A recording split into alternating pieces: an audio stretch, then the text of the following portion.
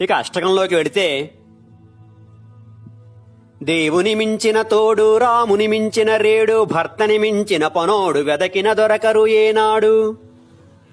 కాలము వేసిన గాలము పెళ్ళొక మాయాజాలము భార్యకు భర్తే దైవము మరి ఎందుకు నిత్యము కయ్యము.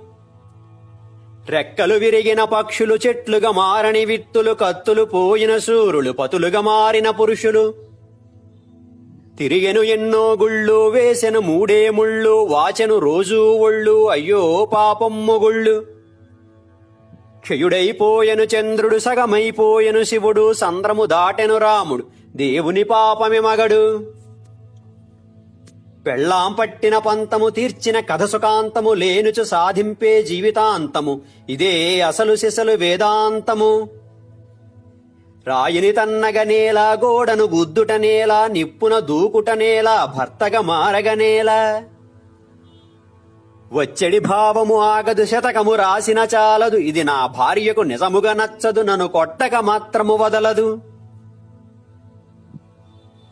మూడు ముళ్ళు వేసేటప్పుడు జీవితానికి చిక్కుముళ్ళు వేసుకుంటున్నామని తెలియక మురిసిపోయి ఆ తరువాత ఎంత ప్రమాదంలో పడ్డామో తెలుసుకుని జడిసిపోయి నోరెత్తలేక చెవులు మూసుకోలేక ముఖంతో నవ్వుతూ మనసుతో ఏడుస్తూ జీవితమనే బండికి ఎద్దు